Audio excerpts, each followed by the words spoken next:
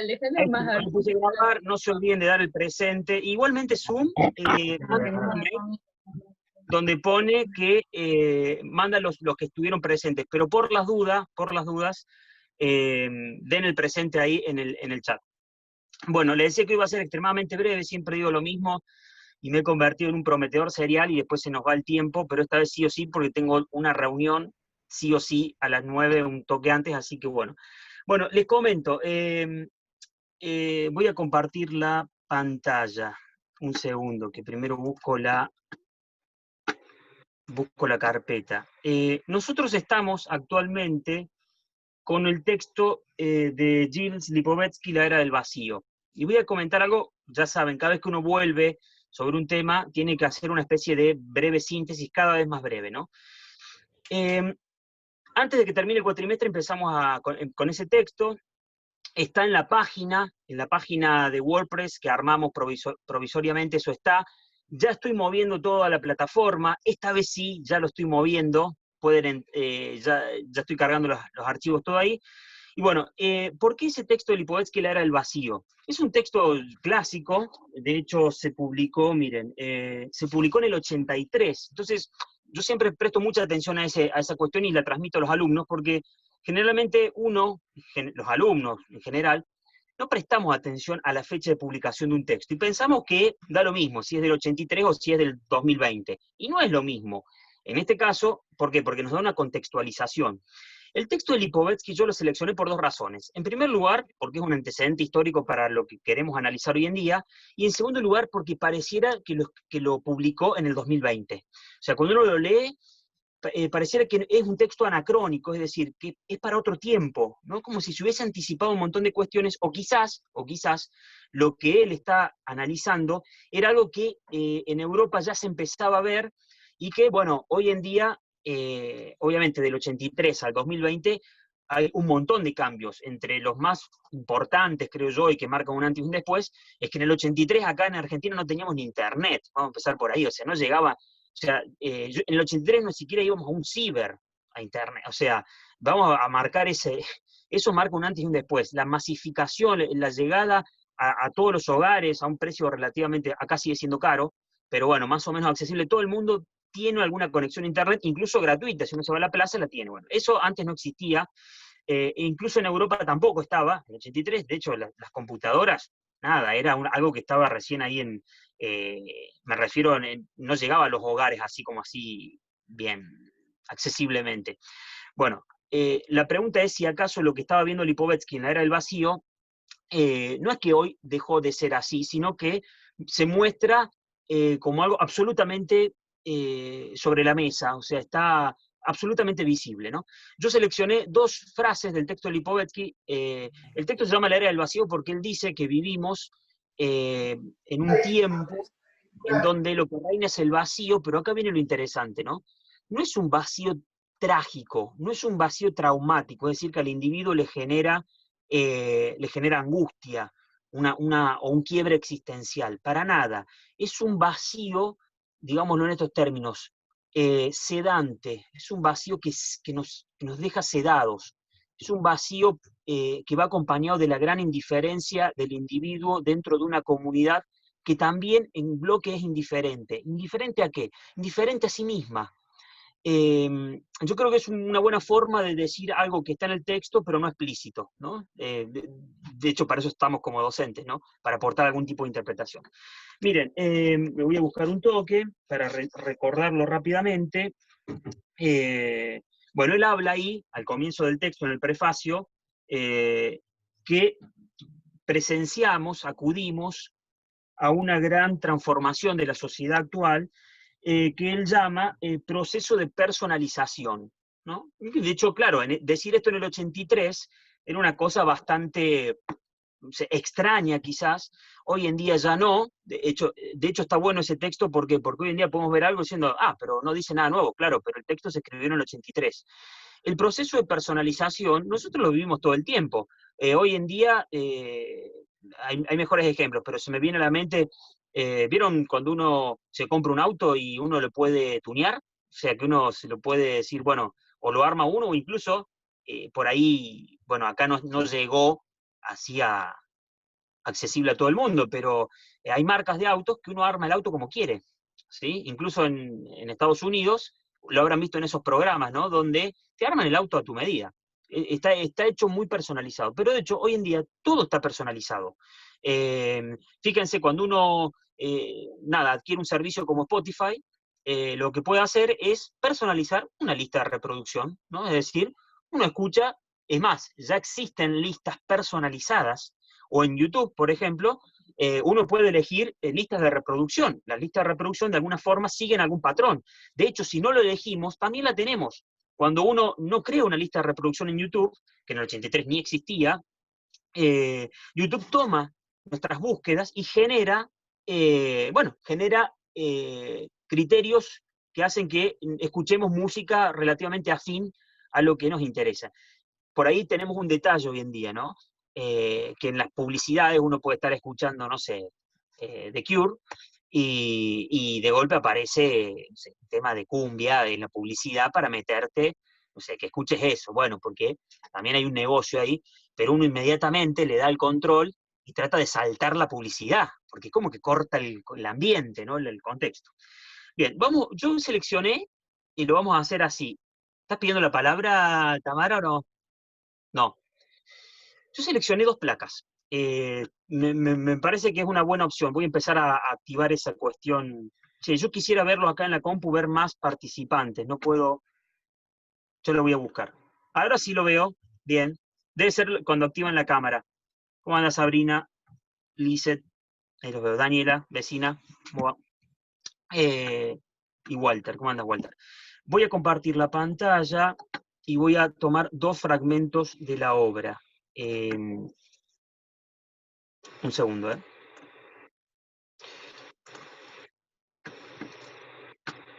Y Felipe. Bueno,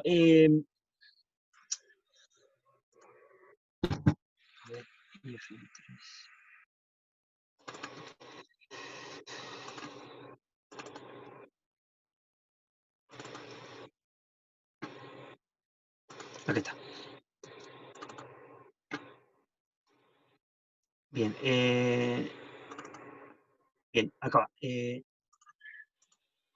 Compartir pantalla. Compartir pantalla.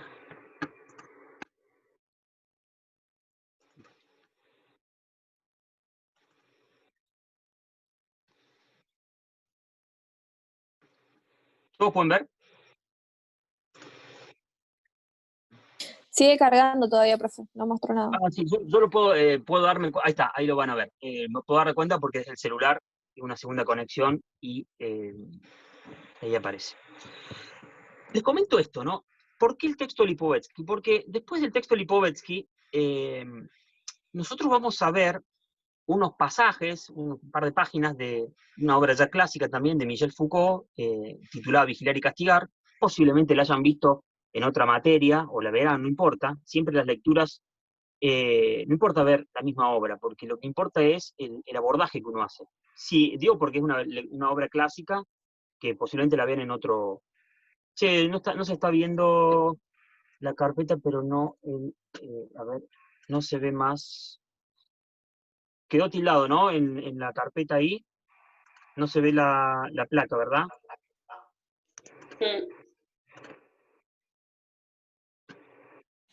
A ver, dejar de compartir, compartir pizarra. Acá está, ahora sí. Yo seleccioné 2 frases para trabajar sobre esto en un breve lapso de tiempo.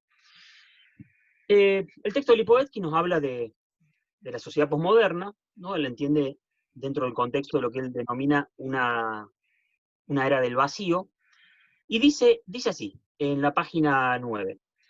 La sociedad posmoderna es aquella en que reina la indiferencia de masa, donde domina el sentimiento de reiteración y estancamiento, en que la autonomía privada no se discute y donde lo nuevo se acoge como lo antiguo, donde se banaliza la innovación, en la que el futuro no se asimila ya a un progreso ineluctable. Yo tomaba esta frase porque Lipovetsky dice que acontece un proceso de personalización de la sociedad Pero ocurre algo también bastante llamativo. No por darle absoluto primer plano al sujeto, al individuo, quiere decir que el individuo no se pierde en la masa, sino todo lo contrario. Lo que ocurre es que el proceso de personalización no le da una absoluta libertad al individuo de actuar bajo un supuesto, digámoslo así, de libertad absoluta, o como podemos decirlo, de libre albedrío. El presupuesto del sujeto absolutamente libre, que elige sin ningún tipo de condicionamientos, es una imagen que se nos muestra. Yo creo que Lipovetsky ya lo anticipaba y que hoy en día está muy presente. Claro, uno puede decir, pero no vivimos en un tiempo que estamos absolutamente doblegados por los medios de comunicación.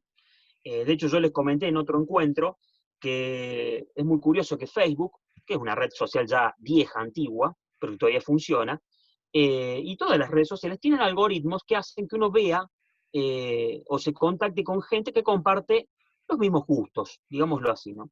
El problema es que los gustos que uno elige no parten de una absoluta libertad del individuo, sí de una imagen, es lo que nos venden, ¿no? El individuo libre, que no tiene ningún tipo de restricción. En realidad hay todo un sistema o toda una logística detrás, ¿no? En la cual uno cree que elige libremente, cuando en realidad el sistema de alguna forma nos bombardea, ¿no? Y de alguna forma yo no utilizaría eh, el término determina, pero sí condiciona nuestros gustos, ¿no? De hecho, no es casual que uno, cuando ingresa a un supermercado, por ejemplo, no es que la gente, los que están ahí como reponiendo las góndolas y seleccionando dónde va a ir cada producto, lo ponen al azar. Eso tiene una lógica, ¿no? Incluso a veces hay marcas que pagan para estar posicionadas en tal lugar y no en otro. Y no es casual que uno, no digo que necesariamente vaya y compre una Coca-Cola, pero sí es muy factible que uno se detenga en esa zona y que, aunque sea, le capte la atención, ¿no? De alguna forma hay todo un contexto que nos lleva a que uno elija determinados productos bajo la imagen de que uno los elige libremente, no digo nada nuevo con esto, y uno de ahí termina consumiendo bajo esa supuesta libertad del individuo que elige sin restricción, ¿no? Y sin condicionamientos. Lipovetsky, lo que nos menciona acá, eh, eh, incorpora un elemento más, ¿no? Es la indiferencia de masa, que no es tan indiferente. Lo que nos está diciendo es que pareciera que cada individuo puede actuar libremente sin ningún tipo de condicionamiento y tampoco, digamos, de ningún tipo de restricción interna. Acá viene lo interesante que menciona Lipovetsky. Acontece un proceso de psicologización, dice, ¿no? Donde pareciera que todo tiene que ver, por eso no es casual, con aspectos psicológicos del individuo. Fíjense que los libros, los de mayor venta, los que rompen récord de venta, tienen mucho que ver con este tipo de escritos, en muchos casos se los llama de autoayuda, donde apelan siempre a la libertad del sujeto. Incluso yo siempre con un ejemplo bastante paradójico. En realidad la mayoría de los libros de autoayuda, sin desmerecerlos para nada, respeto a quien los lee, yo no los leo, pero respeto a quien los lee, tienen una misma lógica, que en última instancia eh, apelan a que el individuo o se inserte en una sociedad o tenga mayor autonomía y que no dependa de otros, ¿no? Por ejemplo, una de las tesis clásicas de los libros de autoayuda es: no permitas que nadie diga cómo debes manejar tu propia vida. El problema con ese tipo de expresiones es que comete una autocontradicción performativa, es decir, la contradicción de del contenido de su enunciación con lo presupuesto en el acto mismo de esa enunciación. Porque el contenido te está diciendo: no permitas que nadie diga qué tienes que hacer de tu vida. El tema es que si uno sigue esa regla, hay alguien, ¿no?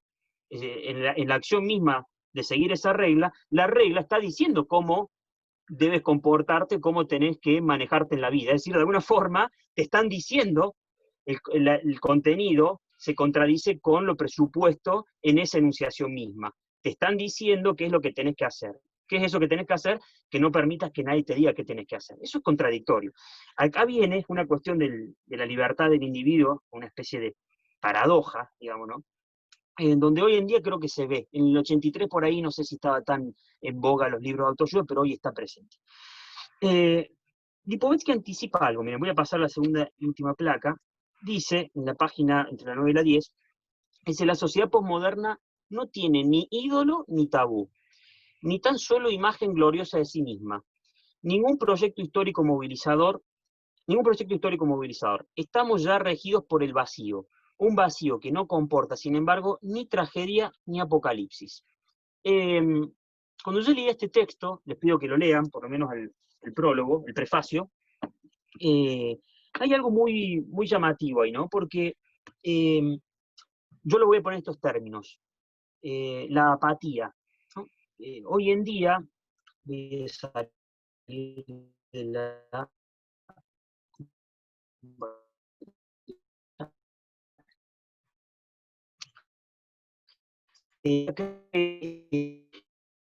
la sociedad como que me participa, tiene mucho que ver, y muy difícil, por un lado, de lo que del filósofo italiano Giorgio Agamben llamaría pobreza de experiencia, ¿no? Pareciera que el sujeto, de alguna forma, ingresa a un estado de apatía, una especie de sedación, ¿no? Donde ya nada nos conmueve. Incluso tenemos un ejemplo muy concreto, que es el zapping. El zapping de la televisión, uno pasa así como sin ningún tipo de afección, de una noticia extremadamente trágica a una noticia cómica. Incluso uno, de alguna forma, consume eso, busca, de hecho por eso se nos ofrece ese contenido, ¿no? En los medios, imágenes trágicas. Mire, si yo quisiera hacer un paralelo para los que están cursando sociología con el texto de Jean Baudrillard, Lipovetsky y Baudrillard son contemporáneos, son colegas, ¿no? Y de hecho los dos van en esa misma línea. Si yo quisiera hacer un paralelismo con el texto de Jean Baudrillard y la idea de simulacro, yo creo que uno consume esos acontecimientos trágicos y puede pasar tranquilamente de eso a un programa de entretenimientos, como si nada, porque no está tomando real dimensión de esa realidad como tal. No es que uno es un cínico, un desalmado, una persona desensibilizada, sino que nosotros terminamos viendo la realidad como si fuera un videojuego. Eso es un simulacro, como si fuera un videojuego. Simulacro no es una farsa, para quien no cursa sociología, ya lo charlamos el jueves pasado. No es una ficción. El simulacro crea su propio universo simbólico de sentido y de realidad. Ahora acá viene lo interesante. Nosotros vivimos una sociedad que está marcada por ese vacío que no nos quiebra. Pero no nos quiebra, no quiere decir que no sea, que no es ni bueno ni malo, digámoslo así. Es una sociedad de la apatía. Apatía es que no genera ningún tipo de movilización ni sentimiento, ningún tipo de reacción. Una persona apática, no tiene ningún gesto, no surge ningún gesto en su rostro. Lipovetsky, yo cuando lo leía pensaba digo, es muy curioso, los estudios culturales, ¿no? Y todo este tipo de análisis de la cultura actual y contemporánea, es algo que cuando yo he leído trabajo de mis alumnos que he dado estos temas, es algo que está en boca de todos. Yo no digo ninguna novedad, de hecho la mayoría, bueno, la apatía generalizada, eh, representada en todas las generaciones actualmente, no en los adolescentes solamente, que es donde siempre solemos cargar las tintas, bueno, es algo que está a la vista, eso en sí mismo no dice nada. Lo interesante de estos estudios es leer la letra chica. ¿Por qué? Porque todo el mundo puede decir algo de esto, o sea, porque lo vivimos, básicamente lo vivimos. Lo interesante de los textos, de este tipo de textos, es ver qué agrega. Por ejemplo, uno podría pensar que la apatía es contradictoria con un fenómeno muy actual, que es la solidaridad. Por ejemplo, ¿cómo puedo hablar de apatía y de que no se generan, no sé, sentimientos de adhesión, ¿no? Ante determinados fenómenos? Si, por ejemplo, podemos decir que somos una sociedad solidaria, ¿no? Que se moviliza. ¿Estamos de acuerdo con eso o no? De hecho, fíjense, acá en Argentina, los argentinos tenemos una cuestión bastante solidaria, ¿no? De hecho, vieron cuando están las clásicas inundaciones y de golpe, bueno, salen las ONG y todo el mundo va y dona una botella de agua y la manda. Bueno, yo charlé de esto con ustedes, mencionando un texto de un filósofo esloveno llamado Slavoj Žižek, donde él dice que la lógica del capitalismo actual no necesariamente va en contra, o esta lógica de la solidaridad, no necesariamente va en contraposición a la lógica de una sociedad del vacío, de un vacío no trágico, sino de la apatía. ¿Por qué?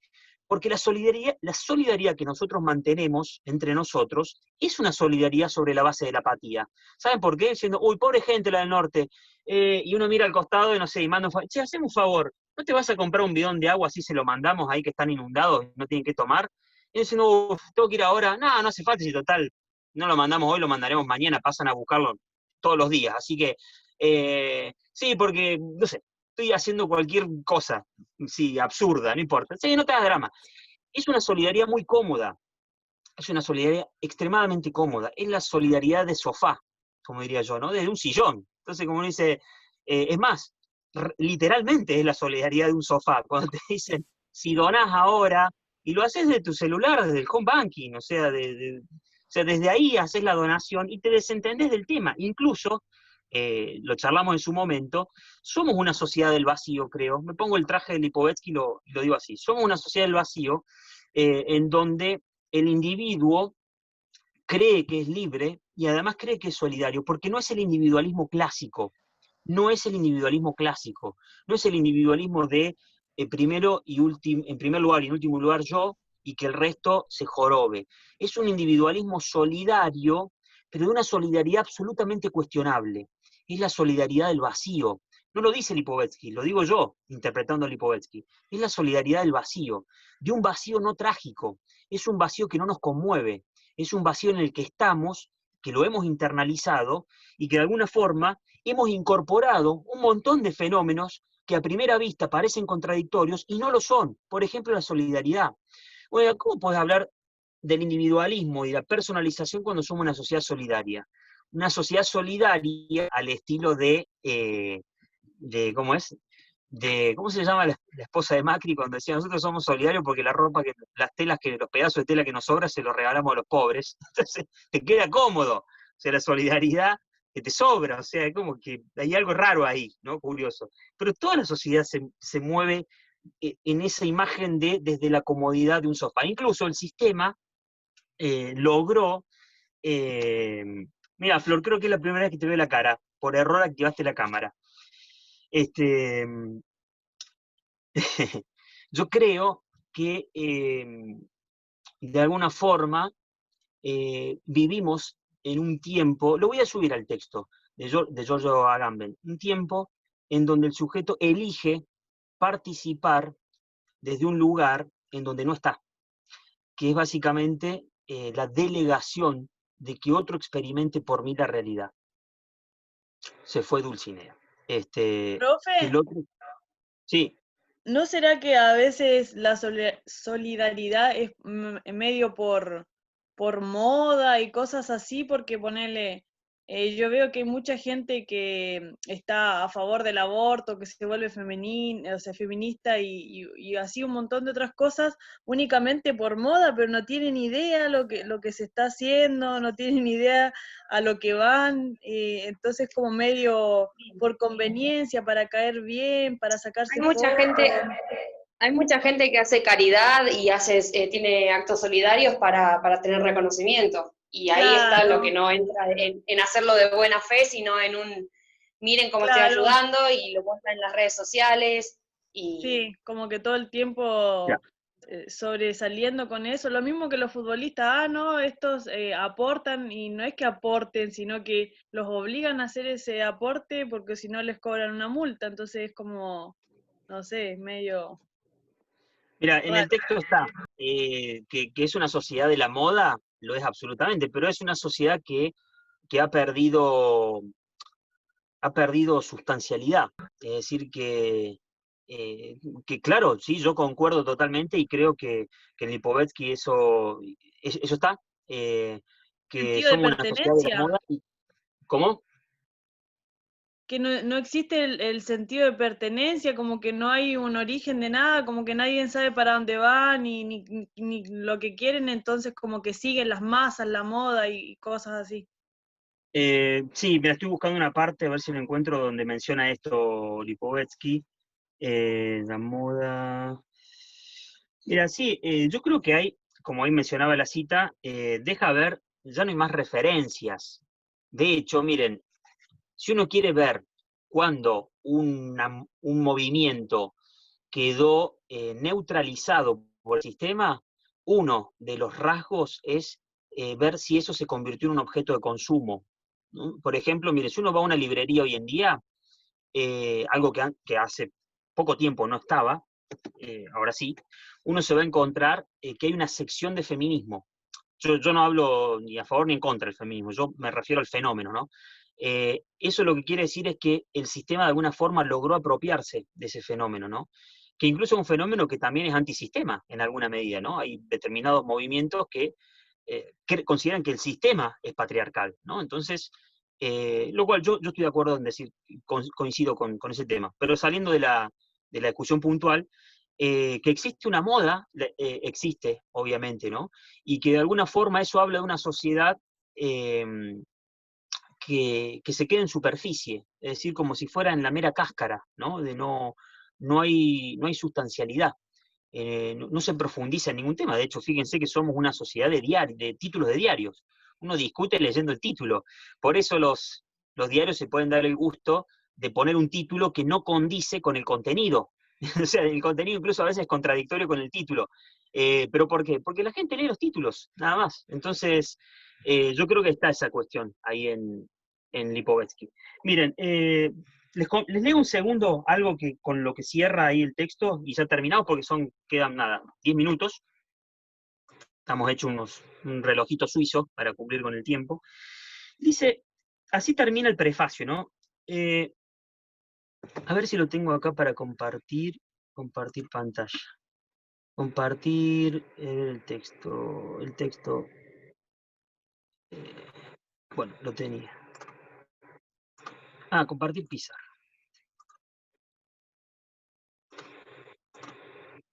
A ver si se ve. Página 14. No era compartir pizarra. No importa.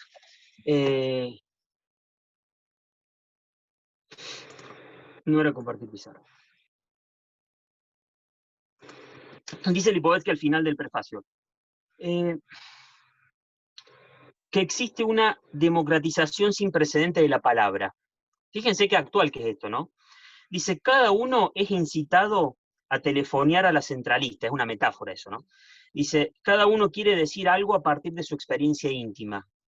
Todos podemos hacer de locutor y ser oídos. Ojo con esa expresión del ser oídos, porque Lipovetsky va a decir que en realidad no cuenta tanto el contenido de lo que decimos, ni la pretensión, no está ni siquiera la pretensión, ¿no? Es casi como lo que necesitamos es que exista un otro, no importa si me escucho o no, pero que opere, funcione, como un disparador que habilite un monólogo, ¿no? De hecho, yo creo que vivimos en esa sociedad. Dice, pero es lo mismo que las pintadas en las paredes de la escuela o los innumerables grupos artísticos. Cuanto mayores son los medios de expresión, menos cosas se tienen por decir. Cuanto más se solicita la subjetividad, más anónimo y vacío es el efecto. Paradoja reforzada aún más por el hecho de que nadie en el fondo está interesado por esa profusión de expresión, con una excepción importante, el emisor o el propio creador. Fíjense, yo les daré un ejemplo para que vean cómo podemos llevar este texto a la actualidad. ¿Vieron que está de moda ahora en YouTube las reacciones? O sea, es muy loco.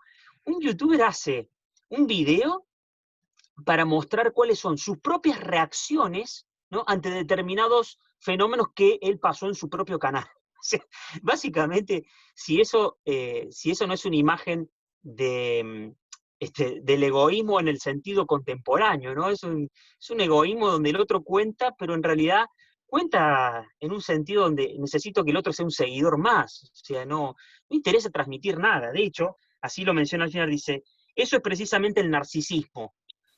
La expresión gratuita, la primacía del acto de comunicación sobre la naturaleza de lo comunicado. Ahí está todo. La supremacía del acto de comunicación, dice, por sobre la naturaleza de lo comunicado. Es decir, la comunicación sin contenido.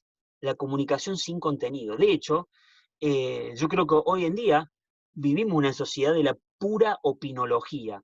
Es una sociedad donde se rescata la libertad del individuo, la libertad de expresión. Todo el tiempo estamos hablando de libertad de expresión, no me parece nada mal que eso exista. El tema es que es la libertad de expresión para expresar qué. No importa el qué. Ese sería el cierre del prefacio de Lipovetsky. No importa, porque lo que importa es el acto de comunicar. ¿Qué? No importa. ¿Para quién? Tampoco. En realidad sabemos para quién. Es el acto de comunicar para uno mismo. Narciso, si no lo saben, en la literatura clásica, digamos, en lo que representa, ¿no?, metafóricamente, es la imagen de la adoración. Narciso era el que se miraba en el reflejo del agua y se amaba a sí mismo, ¿no? O sea, hay una cuestión de la adoración de uno mismo, donde él lo cuenta, pero cuenta como un disparador, ¿no? Es la condición de posibilidad para que uno desarrolle un monólogo. Incluso, yo no sé si esta clase no es eso, no lo sé. Vamos a ponernos incluso autocríticos.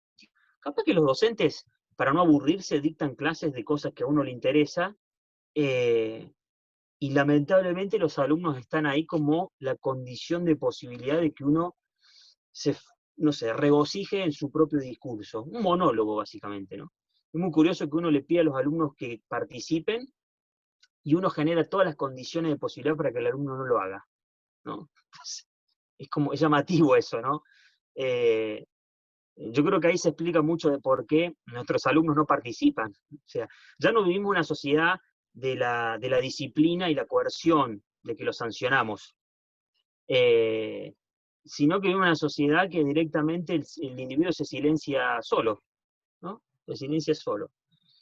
Bueno, estimados alumnos, estamos bien, para no cansar. Ya estoy cargando el material, voy a dejar una actividad y voy a empezar a hacer actividades que en vez de tener nota, van a ser intermedias. Es como diciendo, no importa acá si son disciplinados o procrastinan, manéjenlo ustedes a ese tiempo. Yo para la semana que viene quiero que envíen un comentario, que seleccionen algún fragmento, que trabajen algo, ya sea el tema del consumismo, el tema del narcisismo, el tema del fenómeno de personalización, el tema mismo del vacío, que lo atraviesa todo este tema, que hagan un breve texto que me demuestre que leyeron el prefacio de esta obra, que ya la venimos trabajando desde finales del cuatrimestre. Esto sí es para la semana que viene. No es que va a obtener una nota, pero va a ser una condición de posibilidad para acceder o mantener o sostener una promoción o una regularidad. Profe, hay que Semana mandárselo por mail. bien. Lo voy a dejar por escrito también, pero para que lo sepan. Porque yo creo que no es para nada, o sea, no es que uno diga, me pone los tiempos, no, elijan, cada uno elige, tiene la libertad de hacerlo o no. Es necesario porque si no, no leemos. A mí me pasaría lo mismo. De hecho, me pasa. O sea, si no tengo algún punto de referencia, no leo. No lo leería si no me lo dicen, che, te marco un tiempo. Semana que viene, un breve comentario para ver qué lectura han hecho del prefacio de esta obra. Después vendrá un trabajo práctico, ¿no? Y ya tienen esa parte leída. La calificación va a ser aprobado o no, básicamente, ¿no? Y desaprobar significa no haberlo entregado, o haber hecho algo. Hay una sola cosa que yo no permito, el plagio. No vayan a googlear, no vayan a googleen, lean. No vayan a copiar algo de internet, porque ahí nos vemos en febrero del 2050. Queda grabado esto. Nos vemos en febrero del 2050. No cometan plagio. Eso no está bien. Bueno, queda acá Profe, no he hecho nada. el material. ¿Quién? Yo, profe, no entendí nada de lo que dijo, se tildó. ¿Yo quién? ¿El Ben? No, lo dejo por escrito, que voy a pedirles que para la semana que viene presenten un escrito de la lectura del prefacio de esta obra. seleccionen algún tema, coloquen alguna cita, coméntenla, echen mano a las clases, a lo que hemos charlado, al monólogo que he dado, y bueno, no va a tener una calificación numérica, sí va a tener un aprobado, desaprobado, y van a ser como pequeñas actividades que nos van a generar el deber, la obligación, llamémoslo así, de leer, porque yo sé lo que ocurre, uno siempre atiende a lo urgente, y lo urgente son las tareas de otras materias, lo que sea, que tienen fechas puntuales. Bueno, vamos a empezar a ponerlas para que digan, che, yo tengo claro que para la semana que viene tengo que entregar esto, ¿sí? Por mail. ¿Perfecto? Bueno, 40 minutos, impecable. Nos vemos mañana en Sociología, y con los que no cursan Sociología nos vemos el miércoles que viene en Filosofía, ¿sí? ¿Alguna comentario, duda? Yo, Facu, No, profe. ¿leíste mis trabajos? Sí, Facu, te voy a enviar el